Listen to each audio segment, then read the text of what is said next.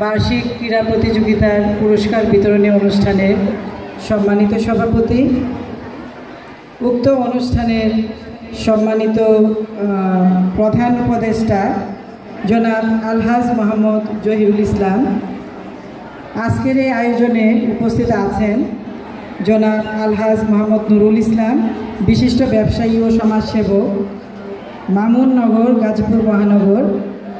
উদ্বোধক হিসেবে উপস্থিত আছেন জনাব আলহাজ মোহাম্মদ সাইমন সরকার, সভাপতি, বাংলাদেশ আওয়ামী ছাত্রলীগ, কাশিমপুর থানা, গাজীপুর মহানগর। আরও উপস্থিত আছেন এলাকার গণ্যমান্য ব্যক্তিবর্গ, শিক্ষক শিক্ষিকাবৃন্দ, অভিভাবক অভিভাবিকাবৃন্দ, স্নেহের শিক্ষার্থীবৃন্দ, আসসালামু আলাইকুম।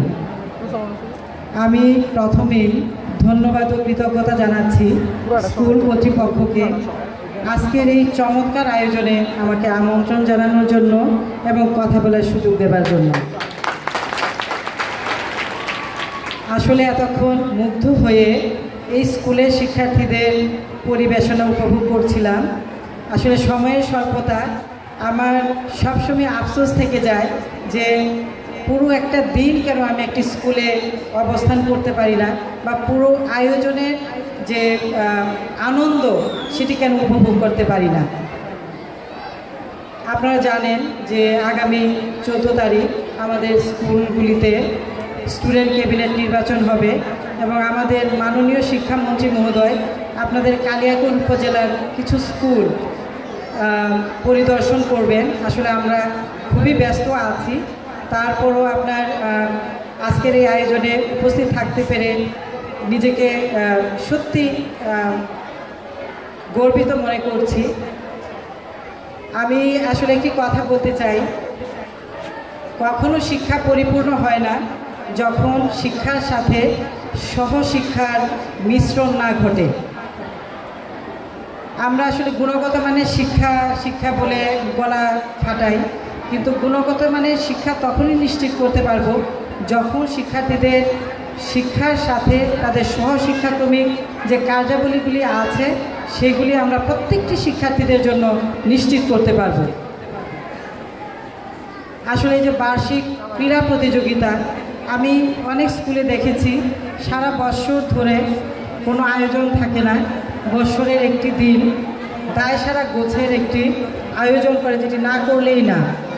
আসলে এটি কিন্তু কাঙ্ক্ষিত না। আমরা সারা বছর ধরেই শিক্ষার্থীদের জন্য নানান ধরনের আয়োজন করব।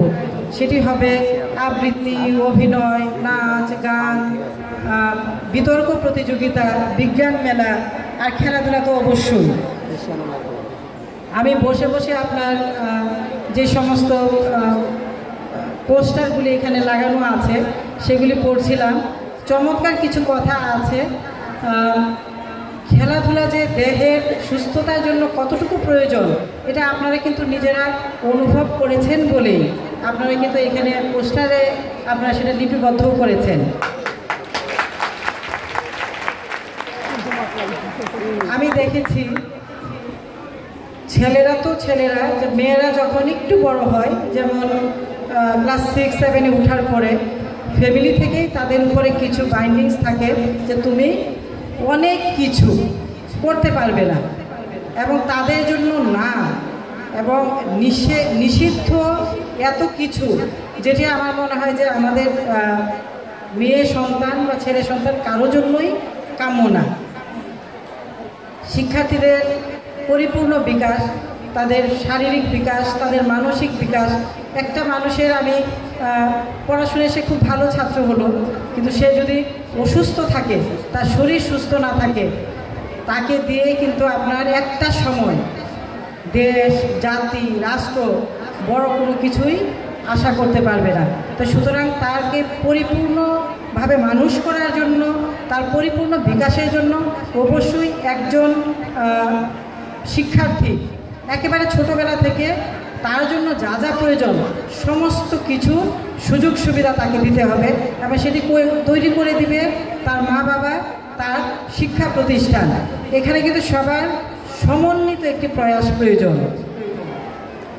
আর শিক্ষা প্রতিষ্ঠান বা শিক্ষাদান কার্যক্রম এটি আসলে একটি টিম ওয়ার্ক, এখানে আপনার শিক্ষক, শিক্ষার্থী, অভিভাবক সকলের সমন্বিত প্রয়াসেই আসলে শিক্ষাদান যে কার্যক্রম সেটি আপনার তার যে লক্ষ্য বা তার উন্নয়নের যে কাঙ্ক্ষিত যে লক্ষ্যমাত্রা সেখানে সে পৌঁছতে পারে। তো সুতরাং আমি আহ্বান করব, আজকের এই আয়োজনে উপস্থিত আছেন, অভিভাবক আছেন, শিক্ষার্থী আছেন, শিক্ষক আছেন, এলাকার গণ্যমান্য ব্যক্তিবর্গ আছেন, বিদ্যালয় পরিচালনা পরিষদের সম্মানিত সদস্যবৃন্দ আছেন, সকলে মিলে যদি আন্তরিক হই, সকলে মিলে যদি সচেষ্ট হই, সকলে মিলে যদি পরিশ্রমী হই, সদিচ্ছা যদি আমাদের অভাব না থাকে, তাহলে আমরা যা চাই আমাদের সন্তানদের জন্য, আমাদের ভবিষ্যৎ প্রজন্মের জন্য আমরা যা চাই, আমার বিশ্বাস আমরা সেই কাঙ্ক্ষিত লক্ষ্যে আমরা পৌঁছতে পারব। এই বিদ্যালয়ের যিনি পরিচালক বা প্রধান শিক্ষক, আমি জানি না উনি পরিচালক, তো উনি আমার কিছু কথা বলার জন্য উনি বলেছেন। আসলে উনি না বললেও আমি কথাগুলি বলতাম। আসলে বর্তমান সময়টা অস্থিরতার সময়। আমরা যারা গার্ডিয়ান আছি প্রতি মুহূর্তেই আমরা আমাদের সন্তানদের নিয়ে আমরা আশঙ্কিত। আমরা কিন্তু সব সময় শঙ্কিত বোধ করি যে আমার সন্তান কখন নষ্ট হয়ে যায়।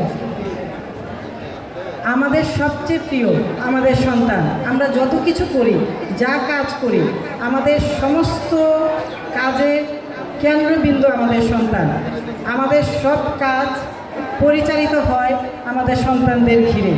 আমি দেখেছি যাদের সন্তান নাই তাদের কেমন জানি একটা ভাব যে কোনোভাবে তাদের জীবন চললেই হলো।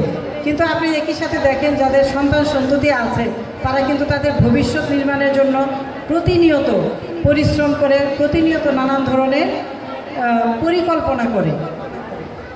সুতরাং আমি বলবো যে আমাদের যারা সন্তান আছে তাদের জীবন গড়ার জন্য আমাদের একেবারে সুচিন্তিত পদক্ষেপ নিতে হবে। আমাদের দেখতে হবে আমার সন্তানের বন্ধুবান্ধব কারা, কাদের সাথে তারা মেলামেশা করে। অনেক সময় আমি দেখি যে আমার সন্তান আমার কাছে কিন্তু ইনোসেন্ট। আমি মনে করি বা আমি জোর করে অনেক সময় বলি যে আমার ছেলে বা আমার মেয়ে এই ধরনের কাজ কখনোই করতে পারে না, কিন্তু আসলে কিন্তু সে অনেক কিছুই করতে পারে, যেটা আপনি বা আমরা যারা গার্ডিয়ান আছি আমরা সেটা বিশ্বাস করি না বা আমরা সেটা বিশ্বাস করতে চাই না।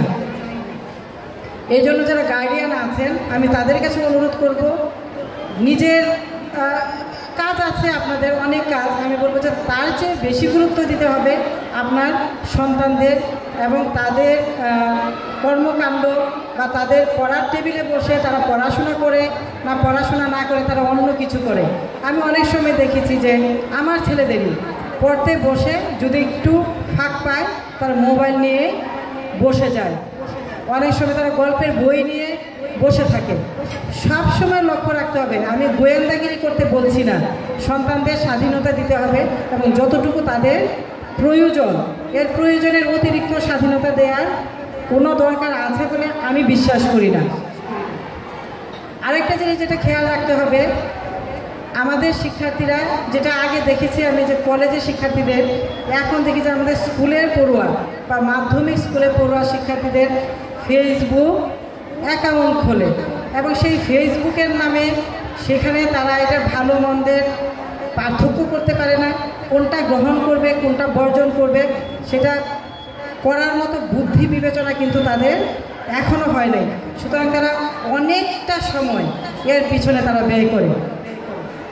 এর ফলে যেটা হয় তাদের পড়াশোনার জন্য যথেষ্ট সময় পায় না, তাদের ফলাফলের উপর সেটা একটা নেতিবাচক প্রভাব পড়ে এবং আস্তে আস্তে দেখা যায় যে সেই বাচ্চাটা আপনার ঝরে পড়ে। সে দেখা যায় যে মাধ্যমিক স্কুলের যে গণ্ডিটাই সে অতিক্রম করতে পারে না বা তার ফলাফল ভালো হয় না। একটা সময় দেখা যায় যে সে পড়াশোনা থেকে ছিটকে পড়ে, যেটা আমরা আমাদের এই বর্তমান সময়ের জন্য অত্যন্ত আতঙ্কের বিষয়। আরেকটা জিনিস যেটা বলবো, আমি দেখেছি যে স্কুলের আসলে শিক্ষার্থীদের যে পারফরমেন্স এটা আসলে একদিনে হয়নি, অবশ্যই তাদের যে কো কারিকুলার অ্যাক্টিভিটিস তার চর্চা এখানে হয়, না হলে আসলে এত চমৎকার তাদের যে পারফরমেন্স আমরা আসলে দেখতে পেতাম না আজকে।